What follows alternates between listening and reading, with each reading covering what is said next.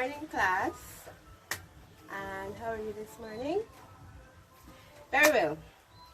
Good to hear that you guys are feeling well. So for today's lesson, we'll be looking at determining class features of given data. So what comes to mind when you hear the term calculating class features of given data? Yes, Ishmael. Yes, as last class we looked at data as our group of given information and you had to arrange them. Right? So what do you think are class features? Have you ever heard the term before? Alright then. So what I want you to do now is to form groups of threes, groups of twos, and I'm going to give you a small task to do. So form your groups quickly and then I'm going to give you the task. Okay students, so you're finished forming your group. So here we have a group of data. This group of data, it says the results of a survey of the income earned per hour in dollars for a sample of 60 families is given below. Right, so this is the data that is given. What I want you to do is to complete this table below. You already know how to complete a tally frequency table, right? So you're doing it for classes 0 to 4, 5 to 9, 10 to 14, 15 to 19, 20 to 24, and 25 to 29. So you may begin working in your groups. You have like 3 minutes to complete this. Okay, Kirshmo and Philip, what did you guys have for your 0 to 4 tally? 10. Very good. So for your tally, it's 1, 2, 3, 4, 5, 6, 7, 8, 9, 10. Frequency is 10. Yeah, Isaac and Elizabeth. What did you guys have for your 5 to 9? 3. So 1, 2, 3. Yes, Shania and Romel. What did you guys have for 10 to 14? 2. And Philip and Daniela, what did you guys have for your 15 to 19? 20.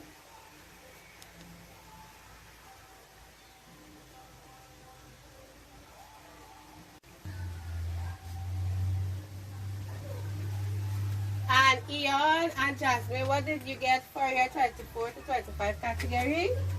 16.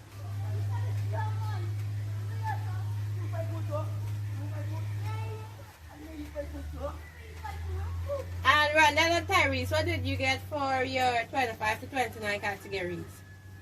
19.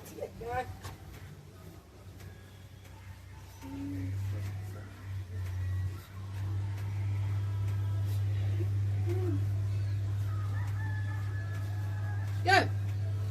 So that's how your data should look, right? So the objective for today's lesson is for students to clearly understand the difference of our class features and for you guys to correctly calculate the different class features. Okay students, so we have another table. However, this one is different from the one that you just did. You see we have some more columns. We have the name of the class interval, the frequency, midpoint, the class limit, class boundary, and you can see that the class limit and the class boundary is broken down into 2 different parts, right? So what I want you to do based on the data above, and it's the mark awarded to 100 candidates in examinations are as follows. What I want you to do is to use this data above and complete the frequency table for the following classes. So you're doing 1 to 5, 6 to 10, 11 to 15, 16 to 20, 21 to 25, 26 to 30, 31 to 35, 36 to 40, 41 to 45, and 46 to 50. So you're going to put in what you know based on what we just did. So you have approximately like 5 minutes to complete this, so you may begin. Good. So what is your first class interval? Yes, 1 to 5. Then 6 to 10. Then have 11 to 15.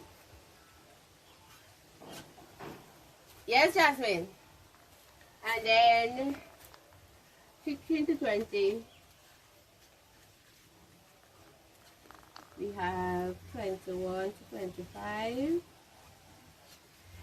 26 to 30. 31, 35,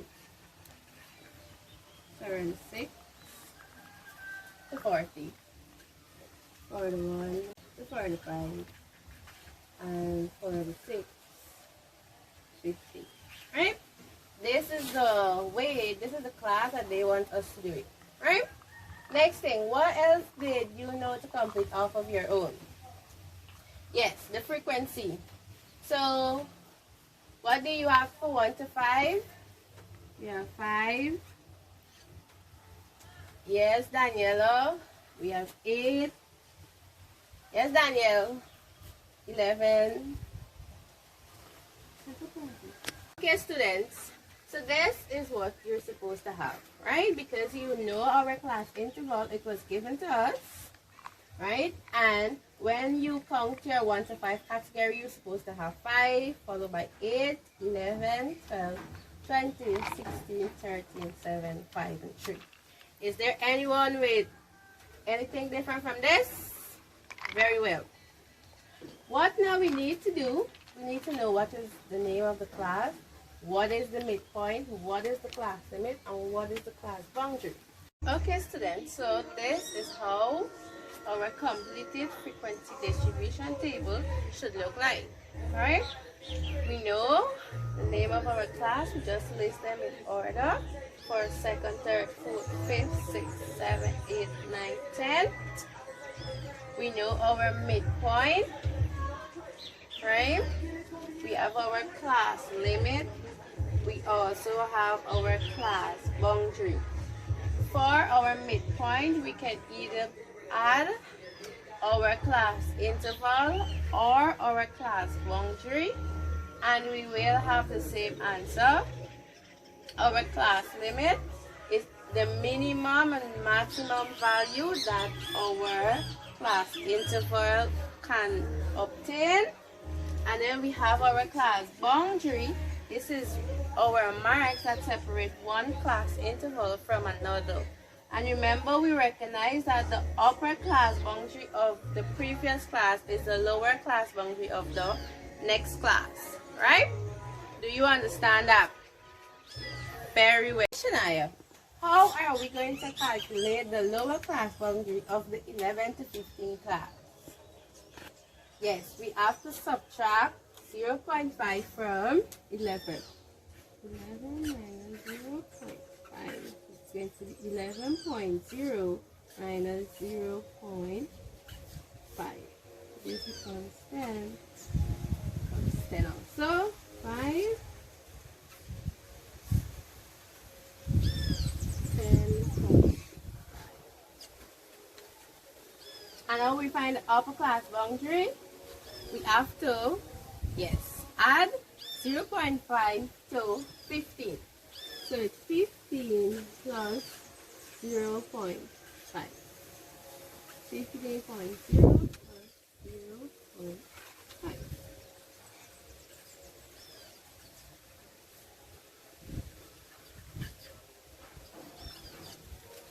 Okay, do you notice anything about your lower and upper class boundary? Is there anything that you see occurring there? Yes, Alicia. Very good. Your upper class boundary becomes your lower class boundary of the other class, right? So once you have your upper class boundary, you automatically know what is your next lower class boundary. Do you see what I'm speaking about? So we see we have 5.5 for the upper class boundary here, and yes, right? And then we see we have 10.5 for the upper class boundary, and then 10.5 for the lower class boundary of the other class. So what is going to be the lower class boundary for 16 to 20? Yes, Shamar. Yes, it's going to be 15.5 as our lower class boundary, just like we have it here for the upper class boundary of the previous class, right? And what is going to be the upper class boundary of this class? Yes, Isaac? 20.5. Very good. So let us move on to our next formula. We now will be looking at the class midpoint. And the formulas are, we can the lower class limit plus the upper class limit, and since we have to find the middle, we'll divide it by 2. Or you can add your lower boundary limit plus your upper boundary limit and also divide it by 2, and you're going to get your class midpoint. So either one you choose to add and then divide by 2, you will get the same answer. So let's work one. So we will work the first one. We'll use the class limit first. So it's 1 plus 5 divided by 2. 5 plus 1 is 6 over 2 and that is going to equal to 3. So if we add our class boundary, we add 0.5 plus 5.5 divided by 2. We're going to have, what are we going to have when we add 0.5 plus 5.5? Yes, we'll have 6 over 2. Very good, Shamar. And 6 into 2. 26 is 3. So either of the class boundary or class limit you choose to use, you will get back the same answer. So the midpoint of this class is 3. Let's do 6 and 10. So we'll add 6 plus 10 and we'll have 16 divided by 2. And that is going to equal to 8.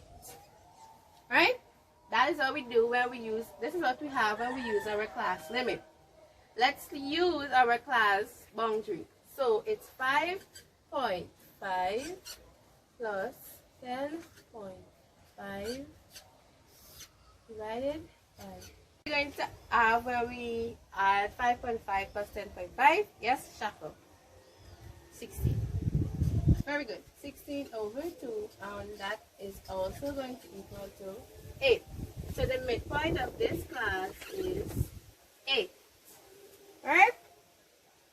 Let's go to our class width. And the formula to calculate the class width is the upper class boundary minus the lower class boundary. Please note that you don't have to calculate the class width for all of the classes. One class width is going to be the same thing as the rest of class width, right? So you could just choose one for random and everybody else will have the same answer just as you. So I will choose the 16 and 20th class, right?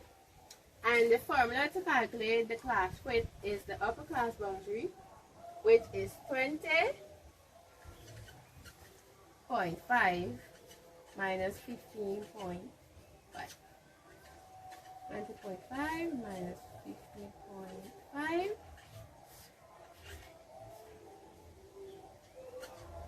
5.0 is the same as 5.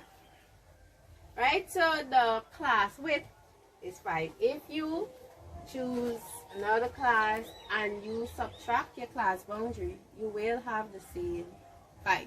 Right? You understand that? So what I want you to do now is to continue putting in our midpoints and our class limit as well as our class boundary. You can work in pair or you can do it individually. So you may begin. Okay, students, so we have one column that is left out, and this is the name of the class. So we name our classes as the first class. This is the second class. Third. But it's going to be the next class, Isaiah. Fourth. Yes, call them out. Fifth. Followed by the sixth. Then the seventh. Then we have the 8th class, the 9th class, and lastly we have the 10th class. Right, so this is just the name of the class, it's just the order in which we have our class intervals, right? So this table has 10 classes, okay? Okay, students, so this is how our completed frequency distribution table should look like. Alright, we know the name of our class, we just list them in order: first, second, third, fourth, fifth, sixth, seventh, eighth, ninth, 10th. We know our midpoint, right? We have our class limit. We also have our class boundary. For our midpoint, we can either add our class interval or our class boundary, and we will have the same answer. Our class limit is the minimum and maximum value that our class interval can obtain. And then we have our class boundary. This is our marks that separate one class interval from another. And remember, we recognize that the upper class boundary of the previous class is the lower class boundary of the next class, right? Do you understand that? Very well. Students, go to your textbook, Mathematics, a Complete Course with CSEC Question Volume 1, page 3, A-2, exercise 8J. And you will be doing question 4, question 8, question 12, and question 16. Did you get that, or do you want me to go it over? Yes, you do exercise 8G, question 4, 8, 12, and 16. Alright? Okay, students, for homework, on the same page 382, exercise 8G, you'll be looking at question 2 and question 3. But you will only complete the A part. And then you will draw up a table like this and complete. Do you understand that? Very well. So now we can play our game. So to play our game, you will need to remember our formulas, and we'll be using the very first date that was given to play our game. Right? So identify the first class for me, Jasmine. Which one is the first class? Very good. 0 to 4 is the first. Timothy, the second. 5 to 9. Very good. So this is the second. Alicia, which is the fourth class? Very good. 15 to 19 is the fourth class. And which is the sixth class, Sabrina? Very good. 29 to 25. This is the sixth. Which is the fifth class, Demiana? We have 20 to 24 as our fifth class. And the last class that is remaining, which class is that, Robin? The third class. Very good. So that is our third class. So to play our game, you need to remember the previous table that we had and our formula. Alright? So let's get straight into our game. So this is our game. And for us to actually start the game, when you roll the dice, you have to get a 6. Once you gain a 6, you place your player on the start. Once once you roll your dice again and you gain another 6, you will be eligible to pull a card. Once you pull the card, it reads, identify the 5th class interval. You place your card down back here. You now have approximately 1 minute to look on the board and identify your 5th class interval. If you identify your 5th class interval as 4 and you are incorrect, you are automatically knocked out of the game. At the end of the game, the player that obtained the most cards, right?